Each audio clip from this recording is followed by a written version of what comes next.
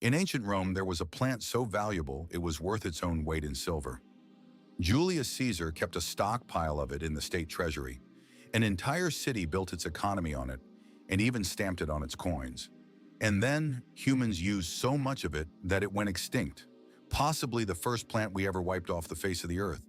What was it for? It ended pregnancies. This is the secret history of abortion, a story that is 4,000 years old and one that almost never gets told. Start at the very beginning, in the Stone Age.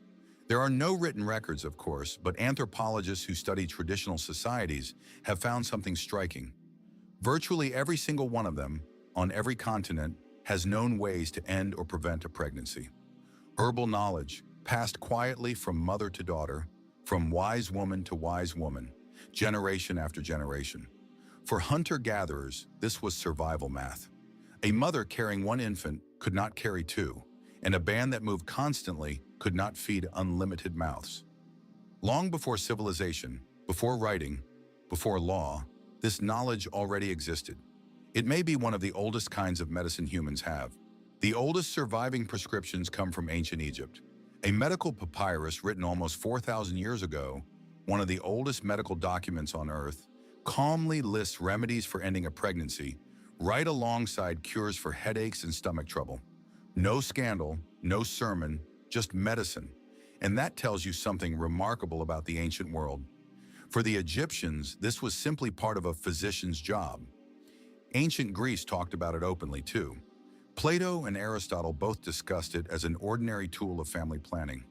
The famous Hippocratic Oath actually mentions it, forbidding one specific method, while Greek midwives quietly handled the matter with others, and Greek doctors debated the details in writing. And then there is Rome, and the strangest detail in this entire story. That miracle plant from the beginning, it was called silphium, and it grew in only one place on Earth, a strip of coastline near the Greek city of Cyrene in modern Libya.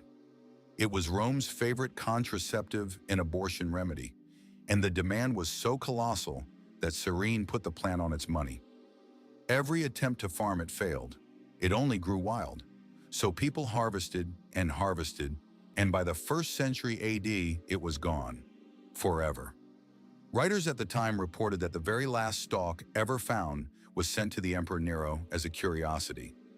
Demand for reproductive control was so enormous in the ancient world that it drove a species extinct. And here is what surprises people most. Roman law barely cared. For most of Roman history, ending a pregnancy was not a crime at all, because under Roman thinking, personhood began at birth. When Rome finally did punish it, around the year 200, the crime was not the act itself, it was a wife depriving her husband of an heir without his permission. It was treated as a property dispute. The ancient world had 1,000 opinions about this practice, medical, philosophical, personal, but the idea of it as a major public crime, that idea came later. It came with the Middle Ages, and even then, not the way you would expect. The medieval church condemned the practice, but medieval law contained a massive loophole called quickening. Following ancient thinkers, most medieval authorities held that the soul did not arrive at conception, but weeks later, when the mother first felt movement. Before quickening, in much of Europe, ending a pregnancy was a sin worth a penance, not a hanging offense. And in practice, a woman in a medieval village did not announce a pregnancy. She simply told the local wise woman that her monthly courses were blocked, and the wise woman gave her herbs to bring the flowers back. Everyone understood. Nobody said the word. And here is the darkest irony of the medieval chapter. We know these herbal recipes existed largely because monks preserved them. Monasteries copied the ancient medical texts, including the chapters on ending pregnancies, century after century, in beautiful, careful handwriting. But knowledge like this came with a terrible price. The herbs of the medieval wise woman, plants like pennyroyal and rue, were genuine poisons. The line between a dose that ended a pregnancy and a dose that ended the woman was terrifyingly thin. For thousands of years, this entire practice lived in the shadow of one brutal fact. It could kill you, and it very often did. Then in the 15 and 1600s, the shadows got much darker. Europe entered the age of witch hunts, and the women who held reproductive knowledge, the midwives and herb women, were prime suspects. The infamous witch hunting manual, the the hammer of witches, specifically accused midwives of preventing conception and ending pregnancies, and called them the greatest servants of the devil. Across Europe, laws hardened, and for the first time, ending a pregnancy at any stage began turning into a serious crime. The knowledge did not disappear. It never disappears. It just went underground, where it would stay for the next 300 years. The 1800s turned the whole thing into a booming secret industry. In the crowded cities of the industrial age, newspapers were packed with coded advertisements. French pills for female irregularity, remedies to restore nature's rhythm, cures for blocked courses. Everyone knew exactly what was being sold. In New York, a woman who called herself Madame Restell built a fortune providing these services to everyone, from seamstresses to society wives, operating from a mansion on Fifth Avenue for 40 years. Then came the backlash. New laws named for the crusading postal inspector Anthony Comstock banned not just the practice, but even mailing information about it. Hounded by Comstock himself, Madame Restell died by her own hand in 1878. The industry did not die with her. It just moved further into the dark. And the first half of the 20th century showed exactly what the dark meant. By 1900, the practice was illegal almost everywhere on Earth. It did not stop.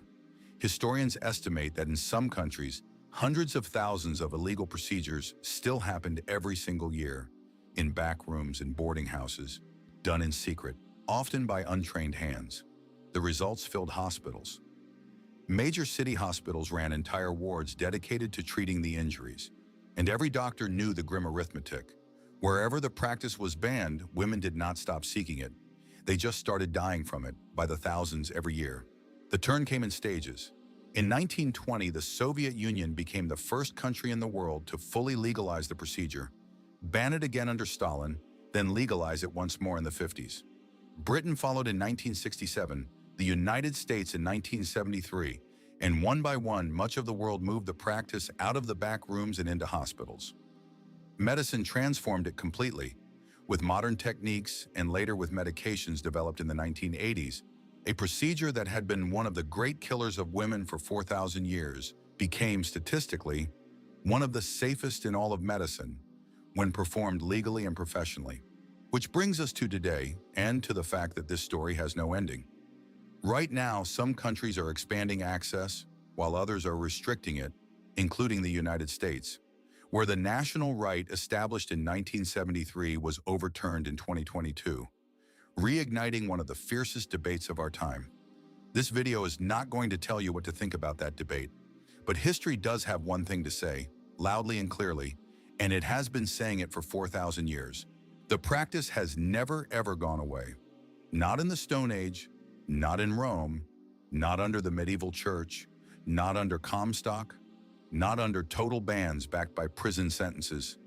Across every era, every continent, every legal system, the historical record shows the same stubborn pattern. Laws changed who profited, how much it cost, how secret it was, and above all, how dangerous it was. But they never made it disappear. That is not an opinion. It is simply what the record shows. From the papyri of Egypt to the coins of Cyrene, to the court files of New York. So the next time you hear this issue described as a modern controversy, remember the plant that went extinct 2,000 years ago because the ancient world wanted it that badly. Remember the monks quietly copying the recipes, the wise women with their dangerous herbs, the coded newspaper ads of the Victorian age. This is one of the oldest, most persistent, and most human stories in all of history. It has been with us since the beginning, and whatever the future decides, one thing seems certain: this story is far from over.